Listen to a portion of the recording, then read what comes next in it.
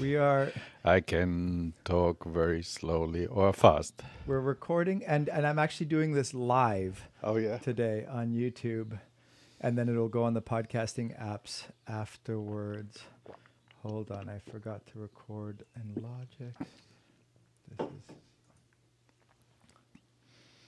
Okay, here we are with my dear friend, one of my favorite people in the world, Mack, who's I think of you as a architect, as a DJ, as a professor, as a neighbor, a friend. What I remember, you used to have a T-shirt that said "Fuck architecture, let's dance." Yeah, this was my first foray into other than architecture and into music. I always wanted to make music, but I either have no ear or no education about music. So it was always a trying thing. And my father gave me an accordion, which kind of maimed me for music. And it he was so frugal that he gave me a huge accordion, which was like for a 6 or 7 year old was so hard to carry, and I had to go to music school before school in the freezing weather in Judenburg, In where? in the, That's in Austria. in Austria, in the sort of mid Alps, and What year was this? this was 19 like 55, 56 or Uh-huh. something like that. And You can so turn your chair towards me if you want, so we can see okay, each other all better. right. Yeah, I like to not talk into the emptiness. That's better. Yeah, Yeah, yeah. so okay. Uh, Yeah, and then I But had what? to. What did the frugality have to do with the size of the accordion? Yeah, because you're supposed to start small and buy another accordion, a bigger one and a bigger one. And he bought me the biggest one so that he didn't have to step up I the see. things. So it was like really a bad experience because I had to knock with frozen fingers on the music school door before school. And the polka just didn't fit me. And so it was like he was insisting, oh, it's people will like you if you play music. Anybody who plays music is liked. And so it was something I could never get over it. Um, and I thought accordion was just a terrible instrument. And luckily, my cousin played accordion, and I gave him the accordion, and Uh-huh. he became very, very good. And it was like he's one of the master accordions now. Okay. Accordicians, I don't know how you call them, accordionists. Do you remember Ishtar, the Warren Beatty, Dustin Yes, Hoffman like disaster? yes. And it was like, Elaine May did that movie. and she says that if you admit, and there was a song they sang, if you admit you can play the accordion, you'll never be admitted in a rock and roll band. Exactly, yeah. But that all changed after I saw Clifton Chenier. He is a Louisiana accordion. What is that music? Cajun music, Uh-huh. and it's great. You know, I mean, it fits a certain thing, but so it was really, but that sort of idea about music, I always like to sort of be surrounded by music and things like that. And when I'm finally was like 17, 18, I hooked up with some friends who were in the bands and did stuff. And did you start playing another instrument then? No, no, we faked it. We sort of, like we did the warm up. Like some other people like me could not play, Mm-hmm. but we were warming up for the bands and lip synced just before the real band came on. So we were called the Ghosts, and we just did that for like a half an hour, a couple of songs. What did you play or pretend to play? Guitar, Guitar. yeah, air guitar, mostly. Air guitar. But it was like not plugged in. And how did you get into? Did you know from a young age you wanted to be an architect, or did it something your father decided, or you decided, or? Oh, yeah, my father was a gunsmith. He was a rifle maker, Really? hunting rifle maker, Uh huh. and he would always take me out to hunt because they always need like boys to bang the woods. so that the deer and the other animals would come towards the hunters. And when I was about 8, I got shot at. I got shot by bird shot Uh-huh. on the side because one hunter either was drunk or he didn't see me or something, like thought it was a deer. And that at that time I decided I'm not ever gonna be a rifle maker or anything to do with guns. And so I just like put up a fight. My father said, "Oh, you have to take over the shop," and things like that. I said, "No, never, never, never." When I first met you in 2003, you had a bumper sticker that just said very plainly in very bold letters, "Fuck Bush." So I noticed you had a kind of, I think one of the things that first made us friends is a kind of anarchist tendency. But I mean, I guess you grew up right in post-World War II Austria. What was your family's relationship to, Nazi Germany and Oh, they were full on Nazis. really? Yeah, yeah. Your parents? Yeah, sure. Yeah. And they actually, I found like picture books, like where you had, like you bought chewing gum or chocolate, and with it came a little picture of Hitler doing something. And then they gave you an album with the captions of that picture with a blank space, and you have to put that picture, glue it into those things. And when you had the full arrangement of all of these events, then you get a new book. I don't know what the price was. You'll get another chocolate or something like that for free. What year were you born? 49. So after the Yeah, the but war. Austria was occupied till 1955. Oh wow. I didn't And know. it was divided into 4 sections. And I was in the English section. Like, I think the French were to the west, the Americans more to the north, and had Salzburg. And Vienna was like Berlin, divided in 4 sectors. You know, the Third Man? Yeah, of course. Yeah. Great movie if you Yeah. haven't seen it. So that was about the period. And then 1955, I was like 6 years old, and Austria gained independence.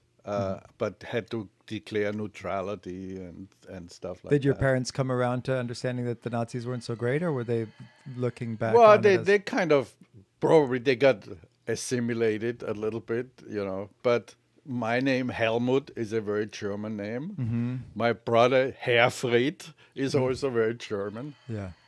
and so I belonged to, or my parents belonged to this German gymnastic club, which was sort of like, really, the motto was like frisch, fromm, fröhlich, frei.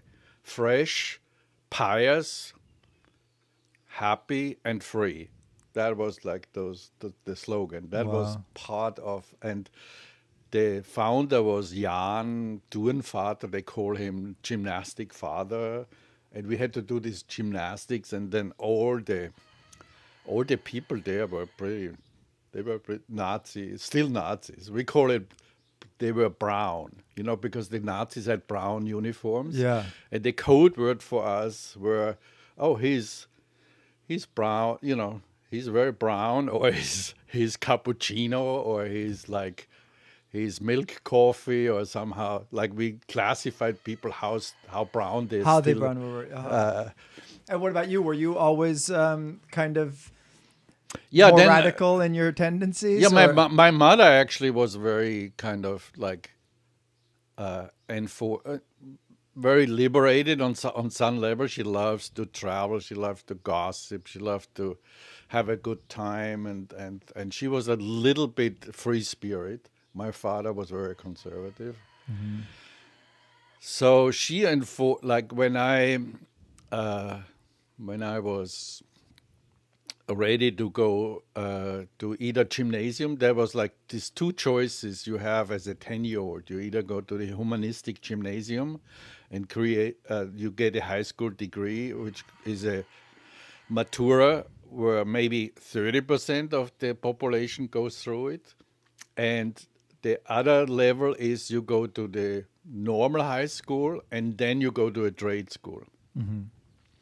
So I was not a great student in elementary school, but I was okay. So you had to make a test to get into this humanistic gymnasium. So the day before the test, or a couple of days before the test, I beat up the son of the German teacher pretty badly. How old were you? I was 10. Uh-huh. But he had a bloody nose, or something, and he told his mother, and the mother gave me the test, and she flunked me, and so I couldn't go to the gymnasium. So I went to the high school, and I developed there. Like I always liked to draw and stuff. And then after that, I went to Polytechnicum, which is a institutions where you learn how to get a trade, in this case, building trade. So you'd learn how to build, you learn how to draw, you come out a little like an engineer. Mm-hmm. And you can actually become a contractor, become something. And then after that, I decided I really want to be an architect or be an architect kind of thing, and went to the Academy of Fine Arts in Vienna. And then I was there for 4 years. That's how I became an architect. I remember you showed me some drawings that you made. I mean, this must have been now in the 60s, right? Like there were some very cool, hippie, conceptual, idealistic. I mean, we were totally into Archigram and what's Cedric Archigram? Price. Archigram was this very avant-garde group with in the mid 60s. Started with Peter Cook, Ron Heron, and they were. It was a climate. They were very anti, let's say, buildings. Like everything was blown up, everything was bubbles, everything was walking. It was at the same time a super studio in Italy, which was very conceptual. Like you would do just grids over the desert, and that was a city, and stuff. It was not physical in event. So all my projects in school were either like an action center, that was like a big thing, or a rehabilitation of some old buildings, and you put bubbles in it, and you make kind of fluid architecture. And everything was about projection. Nothing real. No, we protested essentially against architecture, which was like brick and stone type of architecture. Wow. And why is that? What were you rebelling against? What was wrong with buildings? With Well, actual it buildings? was all the past. The past, the palaces, like the monuments of national socialism, the monuments of dictatorship, how cities are generated. They are military institutions first, and then they are cities and things like. There was always other forces, bigger forces, which had to do with power, which has to do with money, to make architecture. And so architecture is just, for us, it was just something. Oh, we are just enablers of powerful structures to do something nice, and we are kept quiet about this. That's so interesting, but because at the same time, obviously that's true, but there's also this level where obviously shelter is the most basic need, right? Yeah. So I mean, obviously, if you made food and you said just the rich eat, but so do the poor. Everybody has to eat, right? Everybody needs a roof over their head. It's interesting to like kind of zero in on this idea that architecture represents power, when actually it's like one of the most basic needs that human beings have. Yeah, but for us it was like, you can live under a bubble. You can have plastic. We have plastic now. We can make a plastic blown up structure. It's shelter. It's the basic thing. Or we make container, like Cedric Price was doing container cities at that time. And he had a project which was essentially like a train situation, and was just like a container crane, and he's moving these containers and building a city. And as it grows or as it declines, it goes. Those containers go away. So it was like a very fluid thing, and then also we grew up under Mitscherlich and Adorno, and they were like really critical of capitalism, critical of the social construct we have made. And so it was all about protests. And then, 67, 68, all the protests are come. We go on the streets for Vietnam. Then Paris lights up. All of these things happened while I was in school. So you were born, you said, in 49? 49. So at in 69, you were, yeah, 20 years old. Yeah, it's 19 years old. Where were you in college then? I just started at Vienna. So I went from my hometown, which was a very small steel town. And then when I was 14, I went to Graz, which is the next largest city. And in Graz was the Polytechnicum. So I was already gone from my parents at 14. And I lived on my own in Graz, which is 120 kilometers from my hometown. And then my father said he's going to finance me to do the technical university, which was also in Graz, which would be the next step to become a normal architect. It's a longer program, but you become a diploma engineer and things like that. And I met some people who were already starting in film school in Vienna, also a friend of mine from Judenburg. And he said, "Why don't you come to Vienna?" I said, "Yeah, I'll check it out." And then I had a motorcycle and went to Vienna and took the test for the academy. And I didn't tell my parents that I took the test. So when I was accepted, I told my parents, I'm going to the academy. So my father caved in and said he gives me like 4 years of like help me finance this thing. But it didn't cost that much, Right.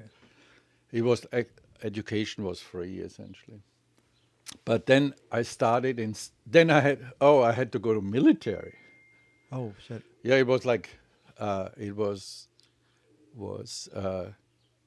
not volunteer. What's the opposite of voluntary? You have a It's mandatory. Yeah, mandatory, yeah. Yeah. So you had to go to military. 9 months was essentially the normal time, and then if you go 12 months, you become a lead officer, or you can become. And my uncle, on my mother's side, he was a general in the military, and he wanted me to go to the 12 months to be the officer, career. So I said, fuck it. Then he hated me, and then he put me, or I don't know if it was his doing, but I ended up in a mule company. Like in the mountains, they had mules with the military carrying guns and machine guns over the mountains, like a mule force. And this is before architecture school? Yeah, before architecture school, like right after Polytechnicum. After high school. Before the academy. And that really radicalized me more. The military. I met all these, my friend Peppo, Edgar, all these guys who were in the military, and we either were in jail or we had to clean toilets all the time. Being punished for rebelling. For rebelling. Like some of them were already artists. Peppo, a friend of mine, he got to be in jail for 1 month because he declared the lieutenant a piece of art and signed his boots with his signature. And so it was like full. And then finally I got, because I could draw, one of the lieutenants was a runner, like orientation runner, and he wants me to draw up some maps and things like.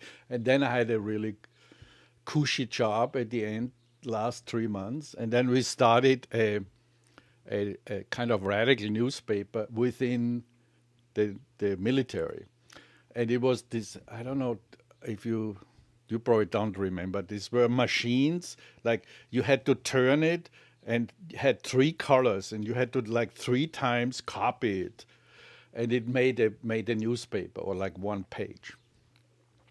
And through that I met a lot of people I liked, and so I ended up in roommating with somebody was in the film school in Vienna, and so I met a lot of film people, or wanting to be filmmaker kind of people. So, and I was always acting in their shorts, and things like that. But then you ended up. How did your architecture career begin? In terms of you did have a kind of traditionally successful architecture career. That was much later, yeah. Yeah, how I'm curious how because I went to school to study architecture. I don't know if you know this. No. Yeah, when I went to Berkeley. But in Berkeley, because the rumor is that everybody in Italy is an architect. Goes to architecture school. No. At Berkeley, it's funny because I came to it because being one of the more conservative people in my family. Everybody, neither of my parents even finished high school. And I was a good student and kind of found solace and safety in academia. And I knew I had some creative streak, but I also wanted to do something quote unquote serious. And I kind of landed on architecture as not as so much as for a love of buildings as this concept that architecture represented both a kind of serious, stable career and had an element of creativity to it, right? Yeah. And it seems like this is it's obviously in any career you choose, you have to kind of surf this wave between, rebellion and conformity. I mean, we do this in all of life, but it seems in architecture particularly, this is a tension that you have to kind of ride, because there's something very like built-in institutional, like you were saying about making buildings, right? Yeah. But at the same time, if you want to be creative and you want to be rebellious, there's room for that. But I wonder. Well, there's avant-garde architects, and then there's builders, and there's just like people who can make a lot of money with architects, people who starve in architecture. It's the whole gamut. And then there's architecture when you went to Berkeley, built. I taught in Berkeley in the architecture department. But you must have come later, no? After I was there from 93 to 98. But who was your professor? I remember Chip Sullivan, landscape architecture. Yeah.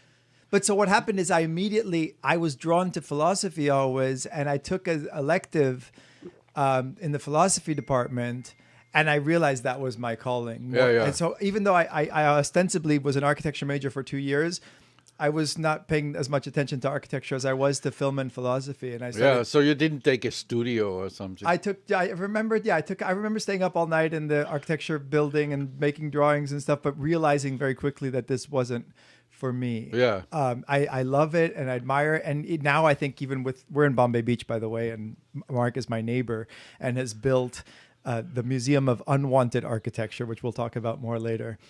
So in a way, I've kind of come back to a love of architecture through all these projects in Bombay Beach, and but I realized at that time that I didn't have the single-minded kind of passion that would be required to do this for a living. You know, I was much more interested in conceptual things. And the idea of like working so hard on something so kind of nuts and bolts was not for me. I'm too much of a dreamer, I think. I realized that I was more like my parents than I admitted at the time, I think. I was more rebellious, more creative. I went from in high school. I thought I was going to be an engineer. Also, I thought I was really good. I loved math, and I loved just. I thought I was just only serious. And then and I think you've had a similar trajectory because even when I met you in 2002 in Venice, when you were building a lot of buildings in Venice Beach, including a house that then my then wife and I moved into. That's how Mark and I met.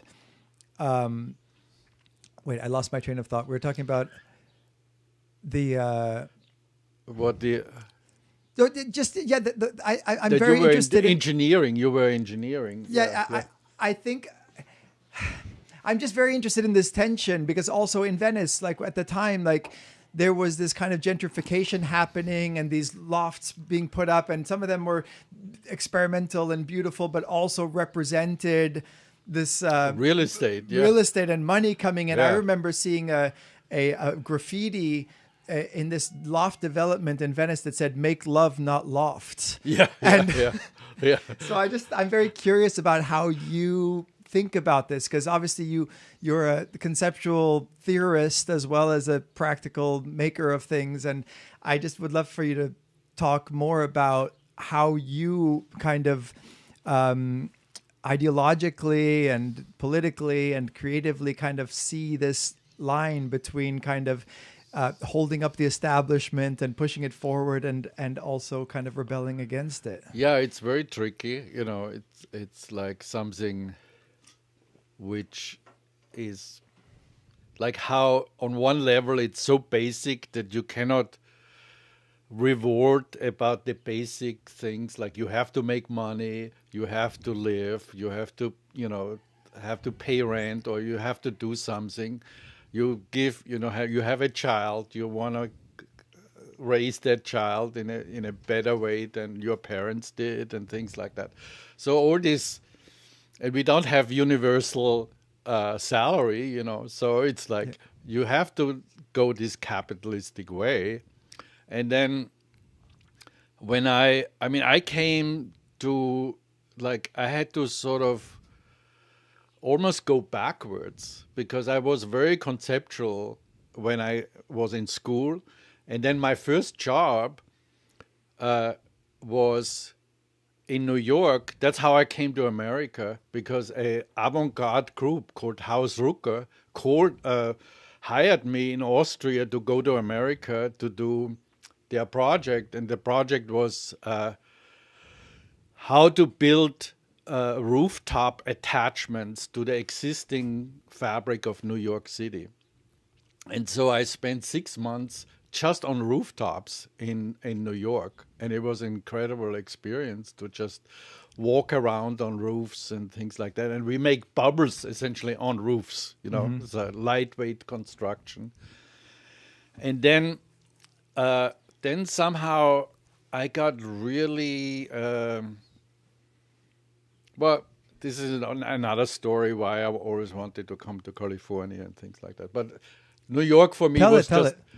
Well, California was to me the sort of the dream, the most ideal place where you could live. Because when I was like 7, I saw a short movie about a boy skateboarding in Santa Monica, and he going these luscious sidewalks, and he goes through these incredible sunny filled and shaded places, cars, beautiful streets, and blonde and shorts, and everything what I wanted was so opposite in the winter of Austria. Right. So I made my father order me because he also had a sports shop. It was part of this hunting shop. And he ordered me a skateboard. And then when it came, I couldn't use it because we had cobbled streets. Oh. So there was only the sidewalks, they were very asphalt, they were very small.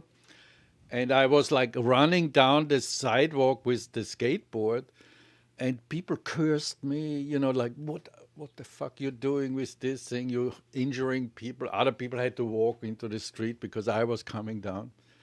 And And one time there was like the postal boxes are mounted in Austria against the buildings. And I just ran into one and got a concussion and had to go to the hospital.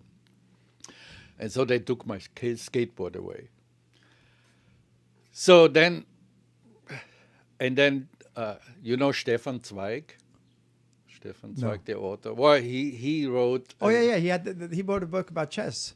Yes, chess. Yes. And then he wrote a book that I think it was called the Major Achievements of Humankind or so. And one was the story of Sutter, the guy who found gold, on which property they found gold in California, and triggered the golden rush on Sutter Ranch and things. Sutter, they call him here.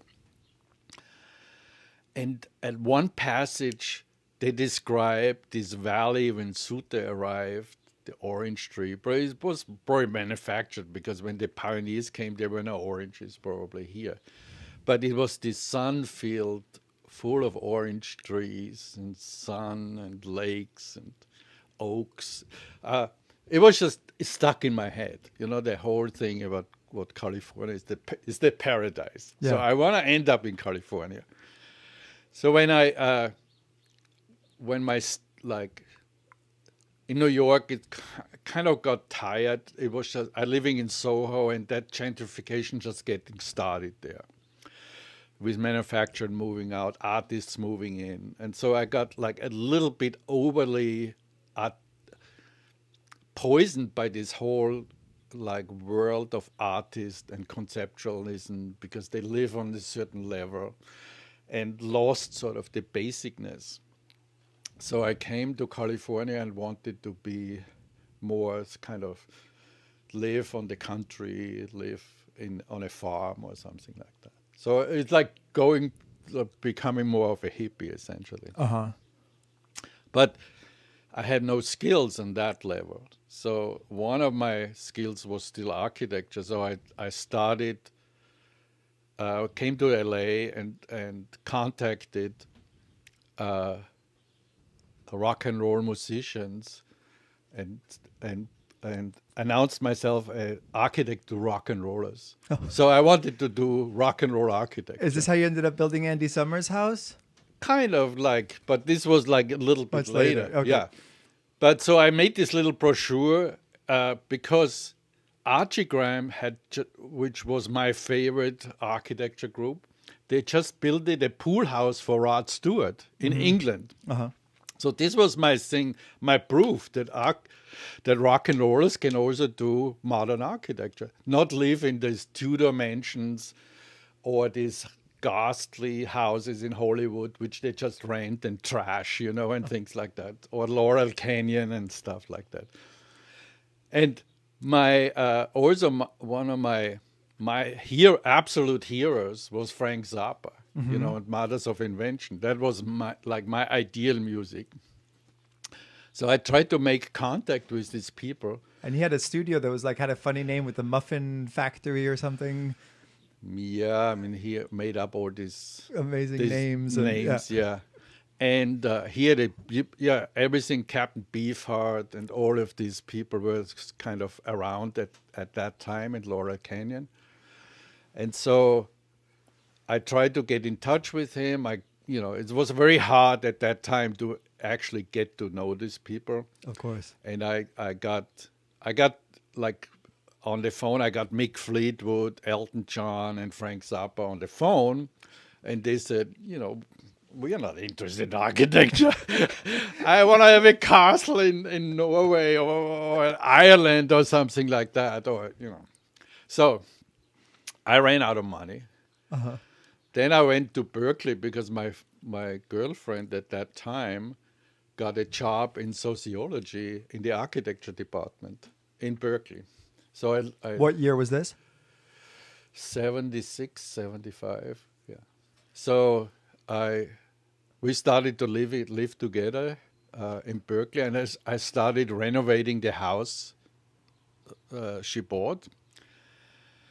And I really kind of enjoyed like working with my hands. So I felt I was good at that. And then I met a guy in a bookstore, architectural bookstore. You know Bill Stout's bookstore in San Francisco?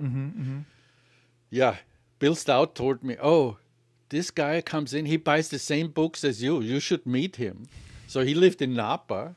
So I go meet him, and he was an architect, and he just wanted to quit. So he had a client who came to him wanting a underground storage facility and a building. And I said, why don't we combine it, make a house underground, and I design it. And he quit his job. I had no job. So we started a firm called Beatty and Mack. And that's how we started to build in Napa. And I did maybe 20 villas after that up in Napa. Wow, so that's the archetype of kind of bourgeois. Exactly. So it was like total return, to a... This is in the 80s now. This is the 80s, and postmodernism just came. And I was so dissatisfied with modernism because it's like modernism has then sort of being this sort of bad planning kind of stigmatization and the continuation of this sort of abstract thinking of Le Corbusier, which ends up housing estates and things like that. So Andrew and I, we started this new concept was called New Primitivism. So we built Palladian villas in the Napa Valley. I mean, not Palladian, but kind of more ordered, it was about balance and symmetry a little bit, but still I became a fan of Luis Barragan, the Mexican architect. And my partner at that time, he claimed he worked for him. So he had a lot of stuff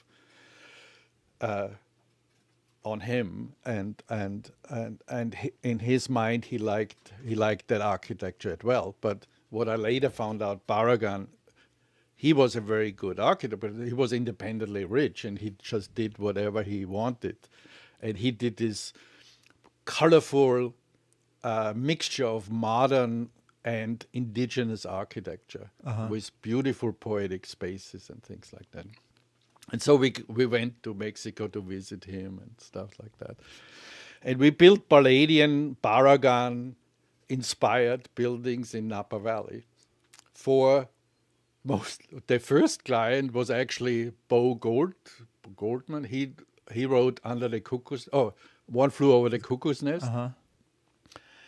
And he was a successful screenwriter. And there was like this thing that you could, if you own an agricultural property and you have losses on it, you can write it off your taxes. So they bought all of these screenwriters and film people bought properties up in Napa Valley. Is that how Francis Ford Coppola ended up there? Before. Oh, okay.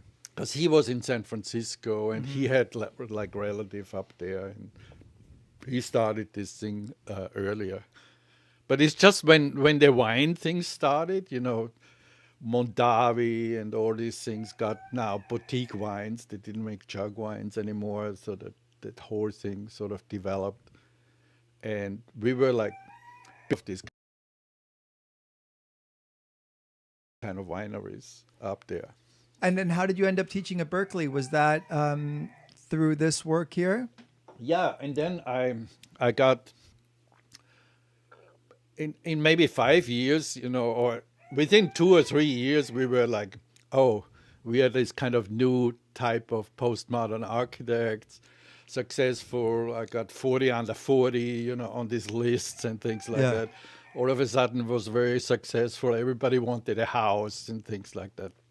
So the office grew. And so I, unlike most professors in architecture who are starting small with conceptual work and get into teaching, I already had accumulated a lot of work, and then so they wanted me there. So yeah, I got a professorship right away. And how did you see the balance between teaching and doing? Like, did you prioritize one over the other, or think of one as having some sort of like Well, I was Is so there a it was hierarchy more for you in the two? it was more like management, like I was so busy. I got jobs in Korea, got jobs in Japan and things like that. And so it was just more like management. I had to kind of grow the office so that other people in the office could manage jobs and things like that. And then I would teach, and it was like the interesting or the good things about architecture teaching is like you don't have to grade papers and things like that. You just be there, be Yeah. your, you have a, I think, you have a attendance there, 3 afternoons a week or 2 afternoons a week, depending. You have some faculty meetings, but you don't go and think about at home and grade papers or Right. something like that. You interact in a lab environment. So as long as you can manage, and sometimes, I have to go a week to Japan, so I have a substitute teacher, or I fill in the things. So as long as you can manage that, so a lot of But did you like being able to kind of like no, inculcate theory and yes, ideology yes, at the same yes, time as practice? exactly. That was always like you sort of on one hand you could still think that you are avant-garde because you could think with the students about crazy projects, Right. and so you were involved in that, and that took care of some of your intellectual needs. On the other hand, it was very pragmatic, talking about money, talking about builders, talking about management, human resources in an office, which is totally different from that. So it gave me this balance. And then I had a young family, I had a son, I had to be, I would say I was much more conservative in acting out this whole sort of balance. Like what you do having an office, having a family, and teaching. Yeah. Even though I could kind of like be very outrageous in the teaching, I would always encourage like crazy things, because it was like, oh, I can do this, so I'm not really calcified yet in my brain.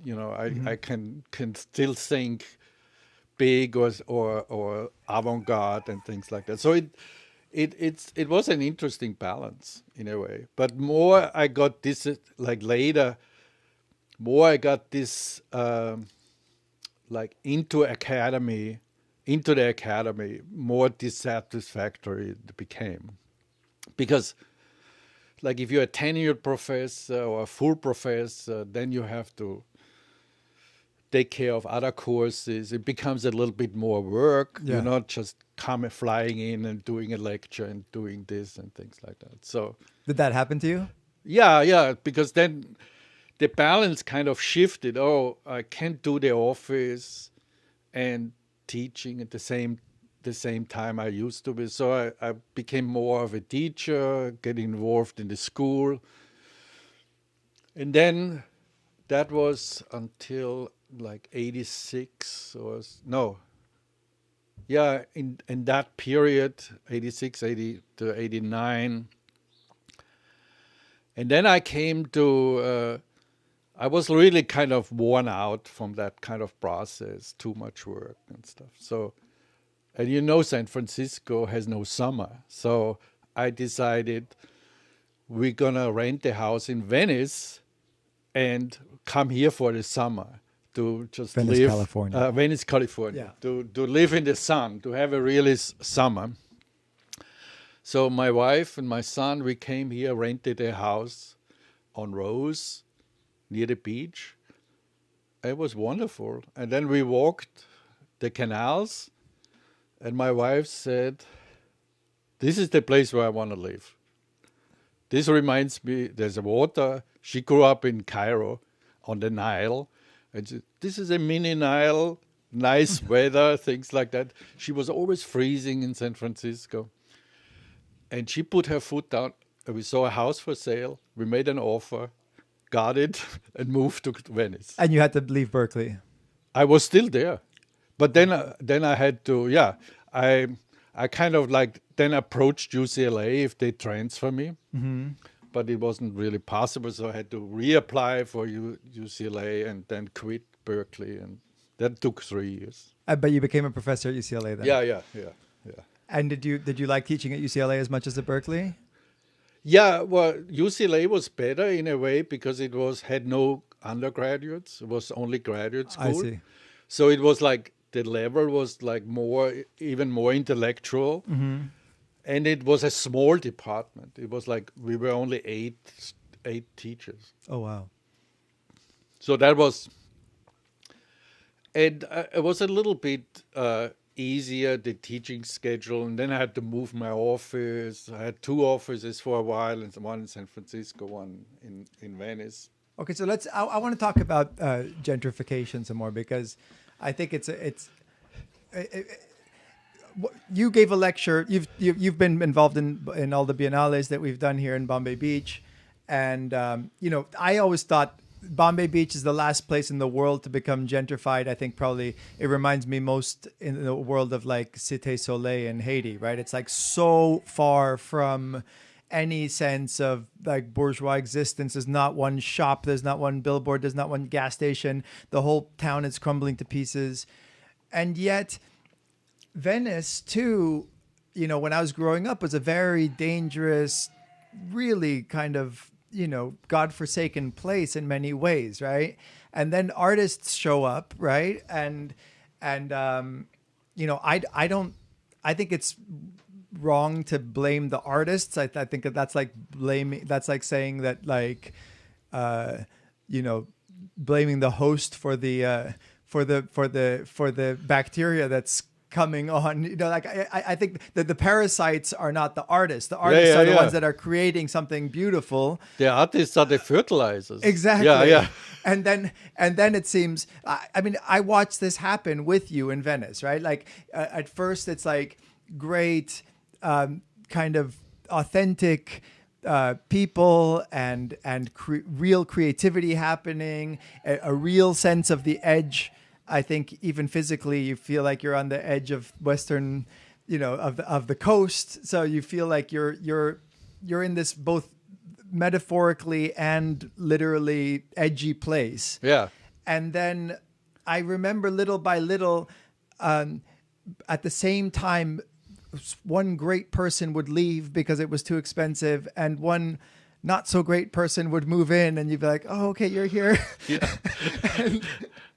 And of course, again, as an architect successfully building these buildings, I'm so curious because I want to talk about Venice first and then about what's happening here in Bombay Beach after that, because you gave a talk here in Bombay Beach that was so compelling last year, talking about how refreshing it is to come to a place where there's no Erewhon and no Whole Foods and no, $20 little bottle of raw camel's milk. And the air is dirty and there's no yoga classes, and yet it feels healthier because it feels more real. And all of that in Venice that it's turned into now, it looks like it's caring about health and the environment and everything, but actually it's consumerism, it's egotism, and it's all just very self-serving kind of sanctimony, right? Yeah. So I'm just curious on your take about like from 2002 when we met in Venice, those following decades that to me represent a kind of decline, even though economically it was a huge boom, right? Like real estate prices went up, like an empty lot started costing more than $1 million in Venice. And obviously it's probably great from your business perspective, right? But at the same time, there's something soul destroying about it. So I'm curious, like, what your take is on what happened in Venice over those 20 years and what then brought you here to Bombay Beach now, which seems a very unlikely place for us both to be sitting. Yes. Well, I saw it already happening when I lived in Soho in the 74, when the artists started to move in. And like 5 years later, I moved back, and the first boutiques are starting and things like that. So galleries and artists, move in, and I used when I when I came first to California, I visited Venice, and we always liked Venice as a conceptual kind of place because it had a different topography than the normal grid cities of America. And because when Albert Keeney kind of planned it, it was more planned as a vacation kind of destination. And we had, when he founded it in 1906, it was essentially a swamp. And one of the decisions to make the canals was to sort of dry the swamp. And he also was very fond of the Grand Tour, Italian architecture and stuff like that. He was traveling to Europe many times. So he created this sort of island it was so disconnected from Venice. Albert Keeney was the founder of Venice Beach, yeah, just Venice for those of you who Beach, don't know. So that was like 20 minutes away from downtown with the tram. There was like a railroad going from Pasadena and downtown to Venice. And because unlike many cities on the coast, Los Angeles was founded inland, was founded downtown because their mission was there, and it was part of the mission way. And because LA did not have a port, like San Francisco had a port, people come with the boat. Seattle had a port, and San Diego had a port. But Los Angeles didn't have a port. Too shallow. Like Santa Monica was too shallow. They had the piers too far out and stuff like that. Only later they made Long Beach and the San Pedro. So it was like a summer resort for most of the people in Los Angeles in the 10s and in the 20s. And the way it was laid out with the canals going, different direction, it created like walk streets, it created like driving streets. It's sort of totally different topography than most gridded cities and most developments in America. So it was like already we were looking at Venice as a different pattern for city development. So it could be divided into pedestrians, it could divided into walking, and you could have even boating. You have all of that in the city. So when we were in school, we made lectures about Venice that could be a different alternative to city development than most other cities. So I was pretty familiar with Venice, both conceptually, and then Rainer Banham, the famous historian, he wrote about Venice and he wrote about LA, the sort of ecologies of LA, and Venice was very prominently. And then, in the 80s, like all these avant-garde architects came, like Chris Burden and the whole Frank West Coast Gehry School, and stuff like that. They all started in Venice, And I came in 1990, and the canals were just getting refurbished. There was some money from the city, and they made the canals suitable for consumptions again, because it was like really rotting away and was smelling and stuff like that. But it took me a long time, maybe 5 years, to get my first job in Venice to do. And Andy Summers' house was already, I did that from San Francisco. Mm-hmm.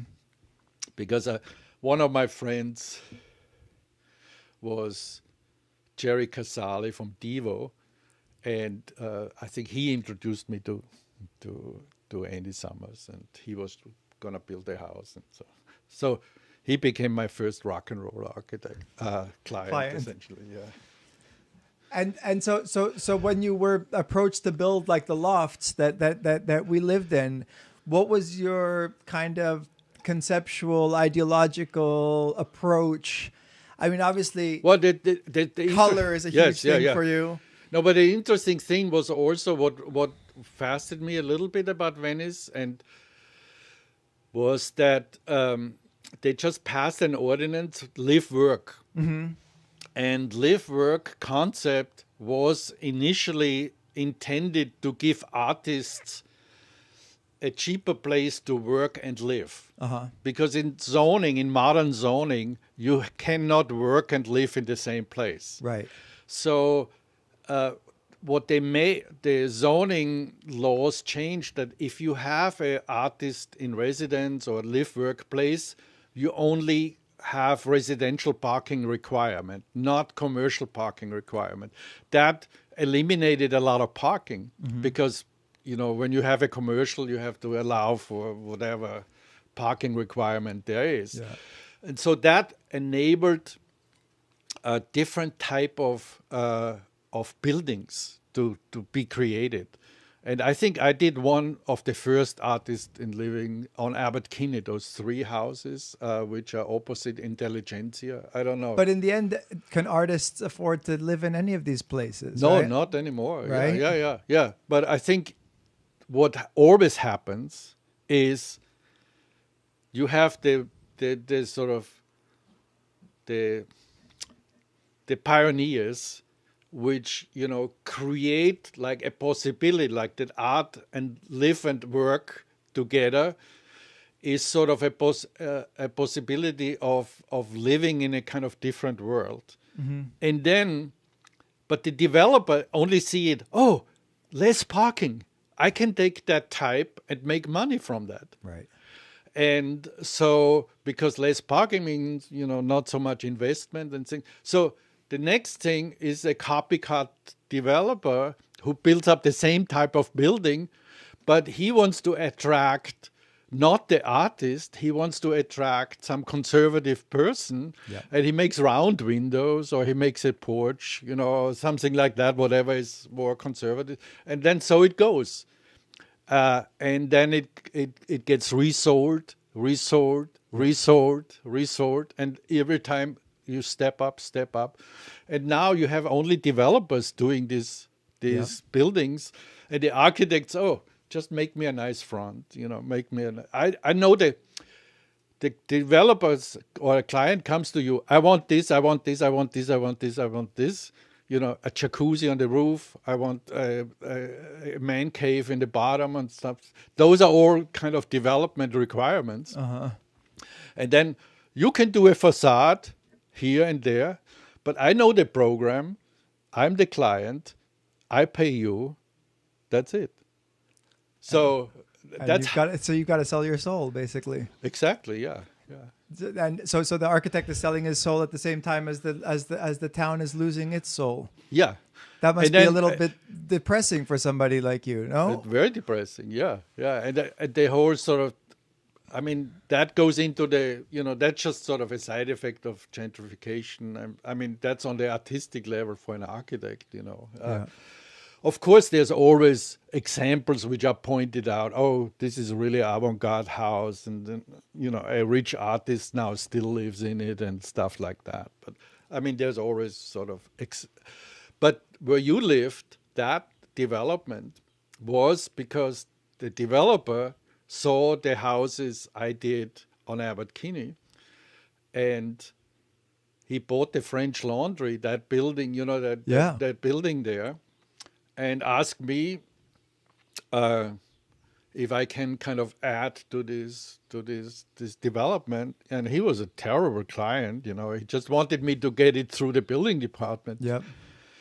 But I could, I mean, when you're an architect, you get in this kind of bubble, you're sort of blocking out all these sort of side effects and things like that. Oh, how can I, you know, you are sort of the problem solver. Like, how can I make the best product under the circumstances and things like that?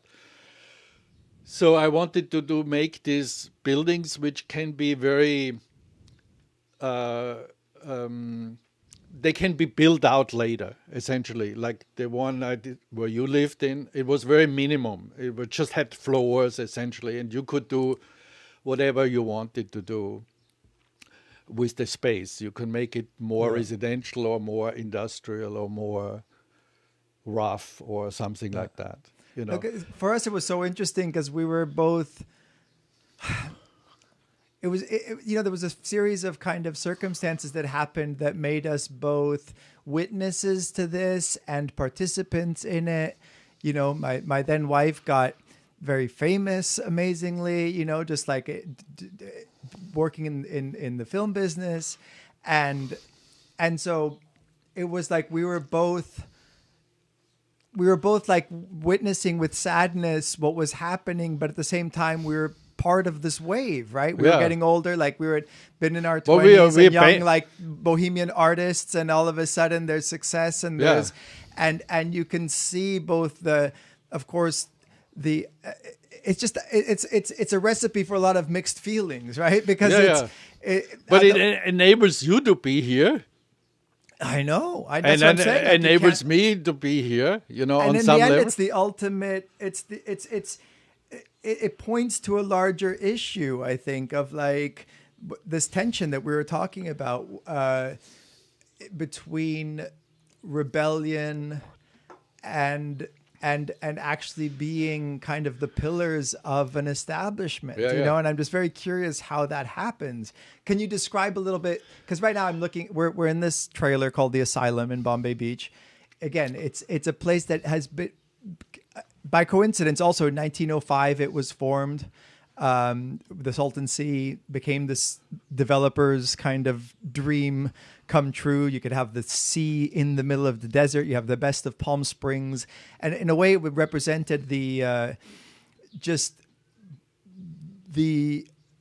hubris of the American kind of pioneer spirit, right? Of like, okay, take lemons and make lemonade. We have this huge accident of this water that spilled from the Colorado River. There was a dam that breached. The entire contents of the Colorado River are spilling into this low basin of desert. Rather than say, let's repair it, they say, let's put fish in it and build little towns, right? Exploit it. Exploit it. And then of course everything went wrong, because you can't have a giant puddle in the middle of the desert being filled with agricultural runoff and not have things go wrong, right? And so the fish started dying, people started fleeing, the smell became too much to handle, the air became toxic. Yesterday we had like 50 dust storms, and there's actually nuclear waste inside this sea. I was watching a documentary yesterday. Is that real? Well, they were using depleted uranium to like fill the ballast of these bombs that when they were practicing the drops for Nagasaki. They were so they were dummy bombs, but they needed the weight, so they were using depleted uranium for the weight. And so it's not that radioactive, but it's a little bit radioactive.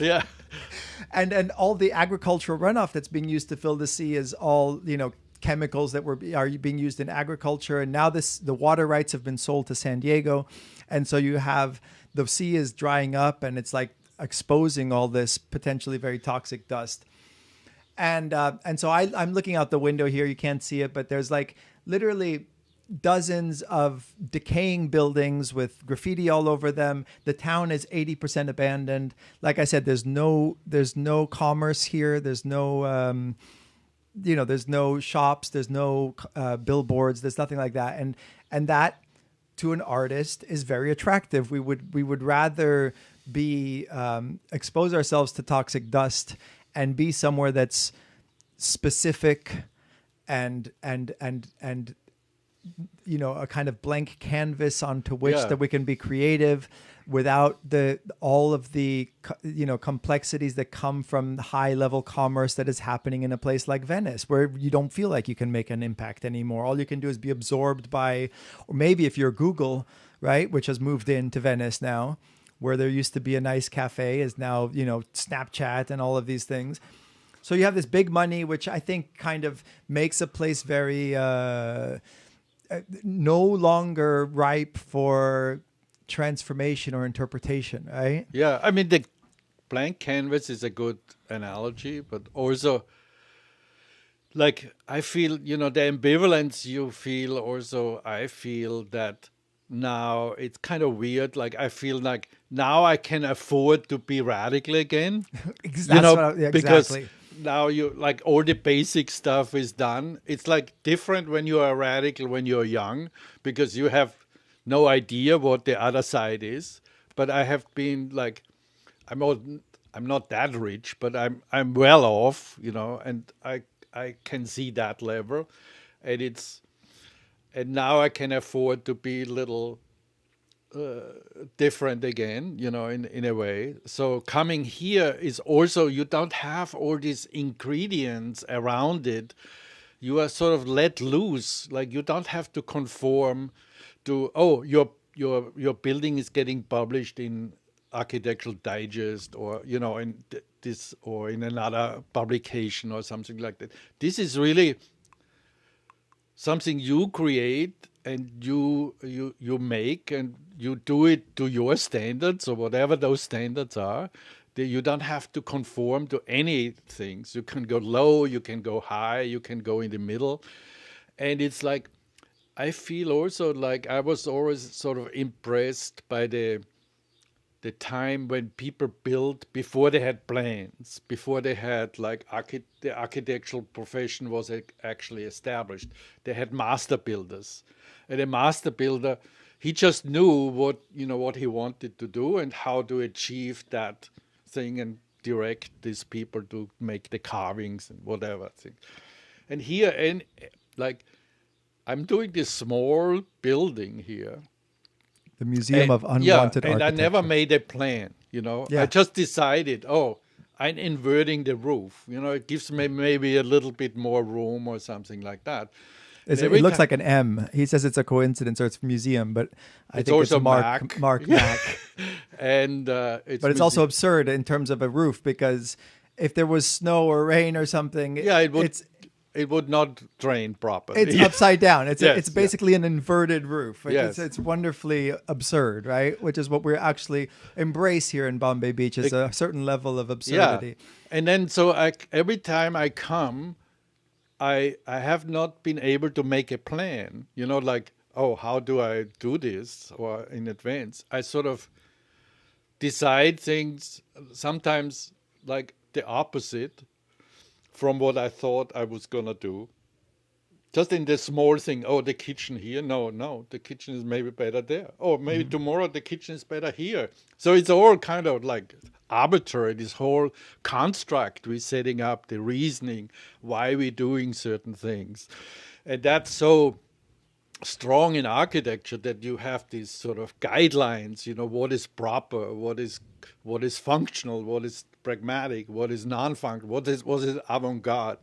And all of these things, when you come in an environment like here, it goes out the window. Yeah. And that's the freedom you have, in feeling that you live in the now. I know it's a bad environment here. Yesterday was really bad. But at the same time, it gives you this kind of mental freedom that every day you wake up, you don't know what you're going to do exactly, but you don't have these obligations of society. Yeah. And probably most of the people who came here originally or still here are having sort of similar thoughts or similar feelings, because that's why nothing is getting really done. I've been listening to this. I think one of the mistakes we make, especially today, is not to expose ourselves to views that are different from our own.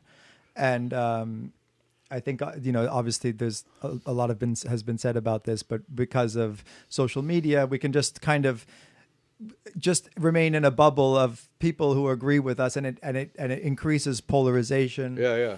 And so I try and find people who have the opposite political disposition. I think at bottom it is a disposition, right? It's a deep-seated kind of taste that you have for or against authority, for example, right? Oh, so, that could be conditioned. You are totally conditioned by that.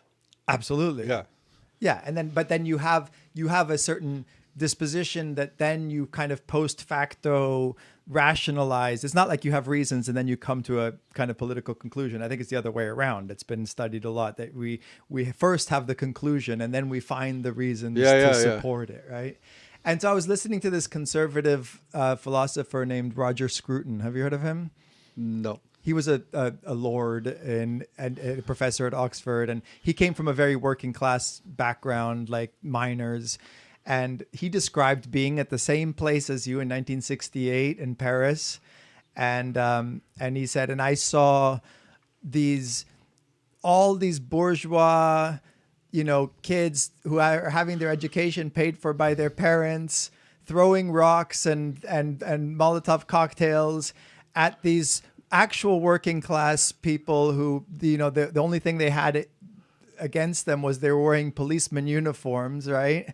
And he said, and right away I thought, I'm on their side, and whatever these kids are for, I'm against, right? And my natural inclination obviously is to support the rebels, but I also understand the criticism that it can come, and you just said it yourself, like it comes from being able to afford to rebel and to kind of sacrifice what it is that you have, and then sometimes it pretends to be in the service of people who don't have political power. Mm-hmm. And at its best it is. But I'm weary of what's happening to progressive movements, especially in this country, that they become more and more elitist, which seems paradoxical, right? It seems like it's already like that, because like the Democrats are viewed elitist. I know among but then that's crazy if you think about it. But on the other hand, like when you look at the police, it's really, they are conditioned to be totally a different breed. Yeah. They are not that example what you showed, they're just working class on the other side. They are really conditioned to be militarized arm of some kind of conservative movement. It's just, I guess the deep question is preserving whose interest is preserving the status quo in, and whose interest does it serve to uproot and look forward? I think the conservative standpoint, and this is again, like kind of as an architect, I think you have to be tuned into this tension. A conservative is trying to preserve institutions of power, of hierarchy, of history, of tradition, right? And the progressive is saying, no, we have to move beyond those structures, and what's ahead is better than what was before, right? Yes, yeah. And so I'm constantly wondering, as someone who's interested in building new things and also creating things that will stay and preserving and restoring, how we navigate that tension, right? Yeah. Well, I think it's I think it's like I'm at that point where I don't think either point is right. It's like this kind of balance. Like you're creating something new to verify or to validate if it's working. Is it working? Oh, then you are ready to change your tune, or you should change or something. Like everything is a transitional thing, like and reactive. So if you react to something, you're creating something new, and that new might not be better than it was, but you can erase that again and start something else. You build on this, so the whole thing is just transitional. It's like we are moving, and we are in a thing where we don't really think that these boundaries or these conditions are as real as we think. They are just there to give us some kind of grid, and we're moving through it. And you better be flexible to move in it, because otherwise you're either on that side or on the other side. But if it's a grid which you can move around in, it is much easier and it's more fun. But so really, just to close up, like you're building here, it's called the Museum of Unwanted Architecture. The idea is to kind of honor buildings that never got to be made. You've asked architects from around the world to submit their favorite buildings that were never made, and then you have whatever they are willing to share with me, or models, yeah. And then you have, we mentioned early on your fuck architecture, let's dance. There seems to be a theme here of, again, breaking through the traditional walls, right? Like you're building your roof upside down. You're saying let's dance instead of build. So you're 74 now? No, was your birthday the other day? No, 72. 72, sorry. Yeah. 72. My bad. I don't mean to age you. Yeah. Well, at this point, it doesn't really matter. But Both I aim in to your live style, you're the most. You were much more conservative looking when I met you. Where do you see now? And you've retired from teaching. You've retired from your architecture firm. You're very free, as you said. You can make your own choices. What do you see? What are your goals for the next 10 years? Let's say. Well, to become more and more free, like this I see as a sort of transition, because I'm transitioning my like built up architecture career or fragments and things like that, bring it out here in the desert, because I want to die naked with nothing. Walking maybe with a walking stick, naked, shriveled up here on the Salton Sea, and then just fall over, and that was it. So I want to dispose of my kind of achievements and things like that, and go back to childhood, essentially. To be, when were you most free? When you just like run off into the woods, or something like when you were 6 years old or something like that. So I see the life cycle really like sort of up and down, and I want to be, baby naked when I'm 104, and maybe hang out here on the Salton Sea if it's still there. Do you have hope for the Salton Sea? Like, do you think what we're doing here can help? Because again, I was painting a somewhat cynical picture earlier in terms only of like, haves and have-nots. I do think that there's a beauty to these artists who are coming in here with very constructive ideas, right? I mean, you're doing a permaculture garden, you're growing vegetables. We're bringing a lot of life and energy to this place, and attention, hopefully, to the sea.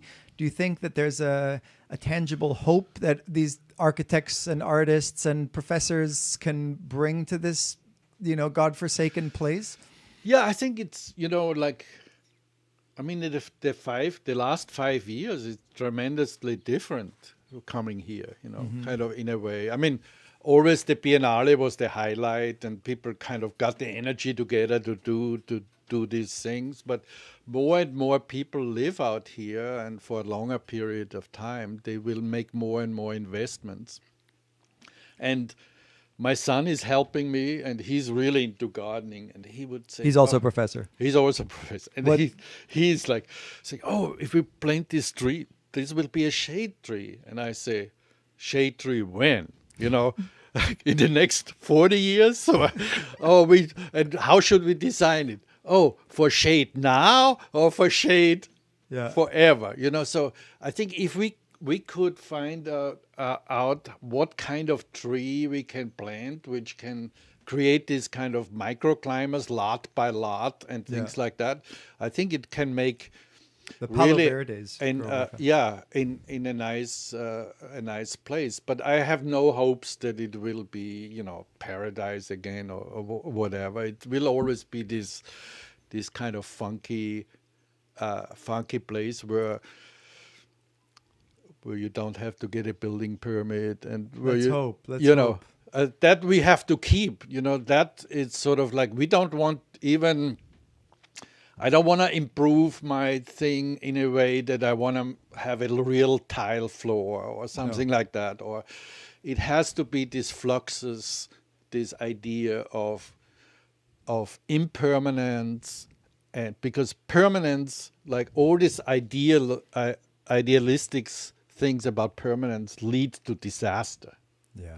Impermanence, if you have the concept of a flower that can die and recreate itself, and so that is a much better concept to live, I think, than aim for something which is 1,000-year-old empire.